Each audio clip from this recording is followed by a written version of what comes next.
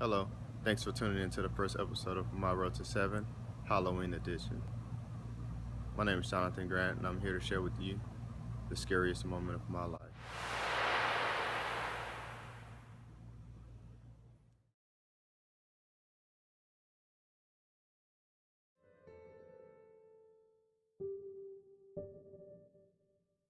I come from a place where not too many people make it, and I feel like that's always been my problem. I never wanted to just make it, I always wanted to live. Welcome back to the first entry to My Road to Seven. My name is Jonathan Grant, and I'm here with you today to share with you the scariest moment of my life. There's been a few scary moments in my life, and we'll get into that. But I just tell you right now, anybody that knows me knows that I'm not a very scary guy. I'll be the black guy in the movie that dies first because he's going to check out the danger and see what's going on. And that's me. So I haven't had many scary moments in my life, but there has been a few. One of the first moments that brought a scare to me was when I was younger, probably about um, maybe about 7 years old.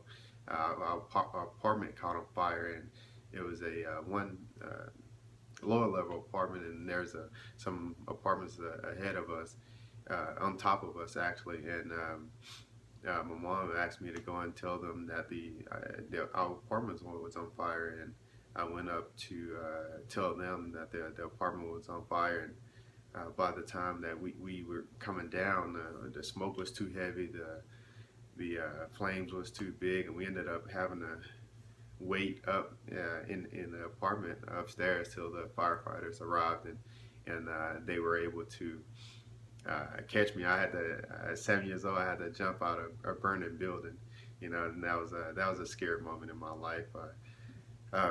Another time, let's see, um, another time, scary moment in my life happened when I was about, I think I was 10 years old at the time, and trying to cook some ramen noodles in the kitchen. As I was younger.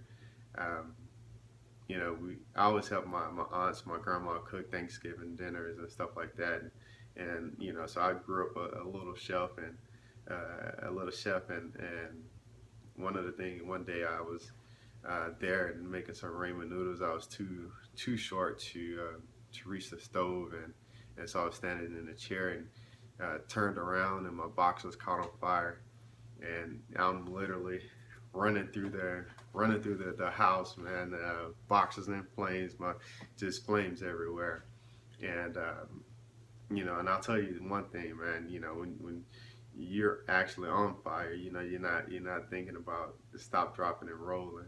That's one of the questions everybody asked me after that happened was, why didn't you stop, drop, and roll? And I'm like, you just don't think about it at the time.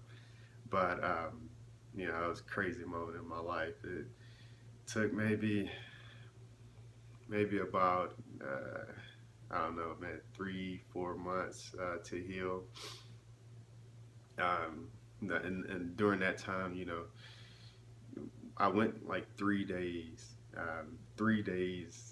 like burnt before we told anybody. I was at home with some of my older cousins, and they had this thing. They said, "Oh man, CPS gonna take you," and so we went 3 days without telling anybody that I was burnt.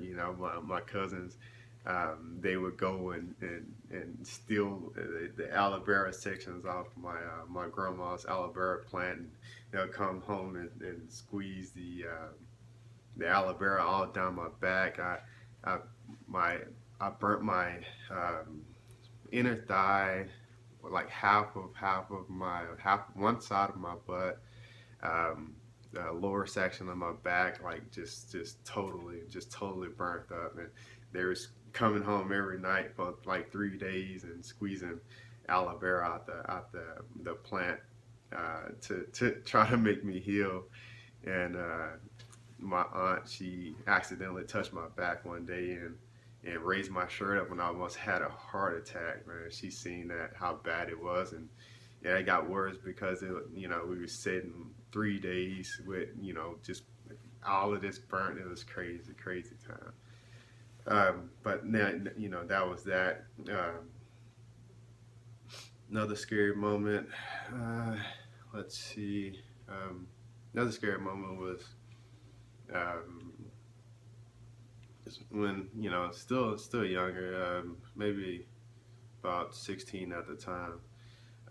Me and my me and one of my buddies walking down the street, and at the time, we still in the hood, and there's some guys pull up ahead of us. They driving a car. They get out, raise the hood up, and they're fixing on the car. And as we are walking past, they're asking us for some drugs, and I'm like, hey, we don't sell drugs and this and that. So I'm still walking, and my buddy, man, everybody know he's the slowest guy ever, and his name's Nick, and so by the time uh, by the time I make it to the corner, he's still back there talking to the guy, and at this time the guy's pulling out a gun. And at that time it's like, hey man, I got two choices. I can run because I'm at the corner now, so I can run or go and help my buddy out and get robbed with him. And I ended up going back, and we both got robbed that day. And throughout the robbery, the guy that it was three of them. One of the ones that came to me, uh, he ended up putting a gun to my head, and that was a very very scary moment in my life. But with all that being said, it still was another moment in my life that was even more scarier, and it happened recently when watching a episode of Grant Cardone, and I had just purchased the Millionaire booklet. If you haven't got it, go get it. It's a phenomenal little booklet. Probably read it in an hour. But I just got the booklet, and they were discussing the booklet on one of the shows. What was it? Young Hustlers. I think yes, Young Hustlers. But at the time, one of the first things they tell you is to make a decision to become successful. And at this point in my life, I've had lots of small successes, some failures, some success. Right now, I'm at a stage where it's not where I want to be, but it's not where I was, basically. So reading a book and watching the show, one of the things they said was, have you made the decision to become successful?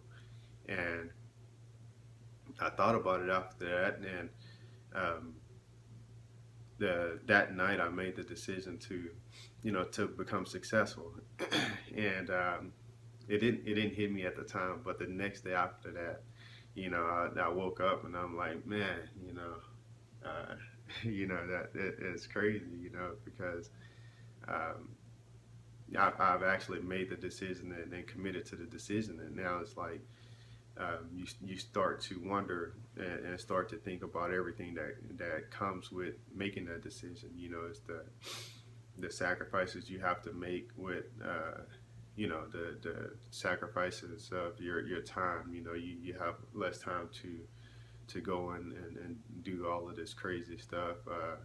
The people you have to get rid of out your life that's not helping you, not helping you reach your goals. And it's just all of that. It'll hit you once you make that decision to become successful, and not just the bad side. It was um, some of the other stuff that kind of sunk in was the fact that um, now you have to go out and become successful.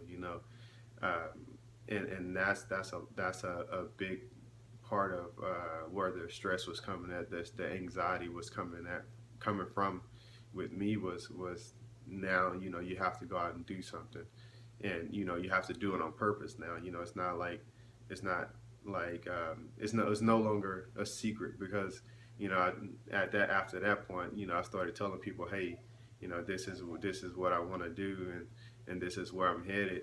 And it's like at that point, um, you have to hold yourself accountable because all of these other people now they know what you're after, and it's like now you have an audience, and it's just that whole thing of fear of success. A lot of people say, um, they're scared to fail, but I think more people are scared of success, and that was one of the things that kind of hit me the most. I've never been really afraid to fail, but once I made that decision to become successful, it's like, man, like, whoa, like, this is a big deal. And so I know that a lot of people, I started talking to a lot of more successful people, and it's something that they deal with also. One of my favorite episodes from a show that I watch on YouTube, Valuetainment, Mr. Patrick David. One of the shows, one of my favorite shows he did was on your limiting beliefs, and it's just something that you have to deal with when you're deciding to become successful. Success isn't something that happens on accident. You have to do it on purpose. And the start of that whole process is actually making the decision to become successful. And I'm at a point now where I've made the decision. Uh, I've committed to the decision, and I'm reinforcing the decision daily, multiple times a day. And I don't know about you, but for me, making that decision was by far the scariest moment of my life. Uh, and if you went through something similar, please leave a comment below. You can find me here on YouTube at My Road to Seven, Facebook, Twitter, Instagram, all at My Road to Seven. Now, come follow me.